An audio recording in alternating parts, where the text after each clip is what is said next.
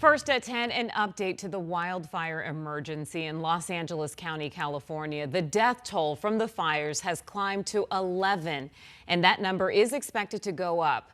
The fires have burned more than 12,000 structures, including homes, schools, and businesses.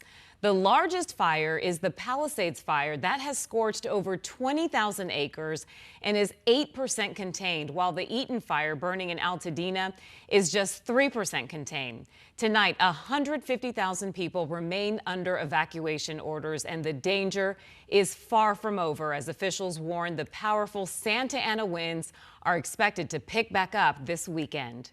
This is a live look right now at the Palisades fire, as you can see there, and it looks like it is still raging on in that area. Just some impressive shots right there that you can see over the mountain. That fire is just ablaze. Now, authorities just issued new evacuation orders as that fire continues to rage on tonight. Good evening, everyone. I'm Kadiba Devine. 12 News journalist Troy Hayden spent the day in Altadena, where entire communities have been reduced to piles of ash and rubble. It is a smoky and eerie sunset in Altadena, California. And when the sun goes down, sometimes the looting fears go up. And that's why we saw a big increase in security earlier today.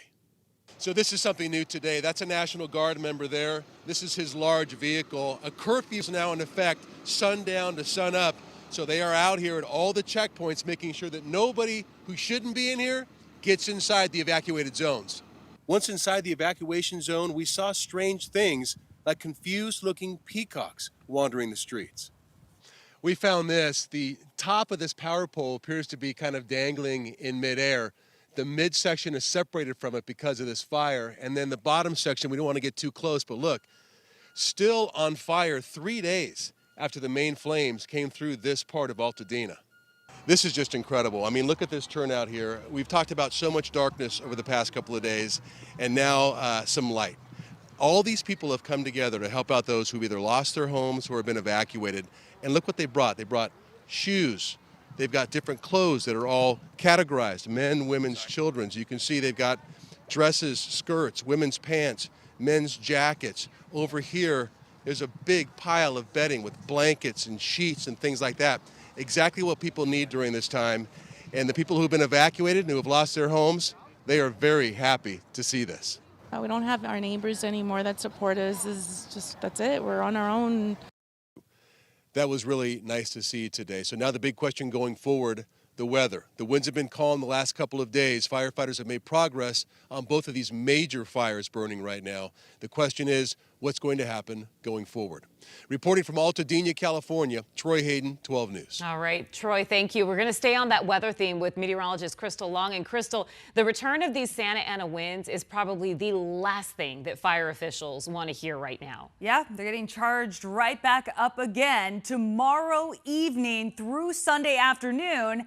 And with that comes a brand new set of weather alerts in that area, slapped one on top of the other. There's so many. We have this ongoing harmful air quality issue, of course, with all of the smoke and the bad breathing. But then we have more high wind watches out, fire weather watches out that will get upgraded to red flag warnings once we get to tomorrow. We have bone dry conditions out there linking up with these ludicrous winds that are going to be popping 60 miles an hour plus. And you know what?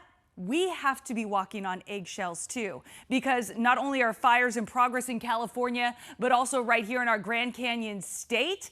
And we also are getting tagged with a wind alert. A wind advisory is out this weekend across northwestern Arizona. Winds diving down from the north, speeding up between 40 and 50 miles an hour in this zone. But I wanted to show you statewide how we're going to see a flare up of those winds tomorrow. Plus, keep in mind, dry air on deck. We're going to crank it up into the 20s, 30s, and even some 40s as you see there. But definitely the more wind prone spot is going to be out west.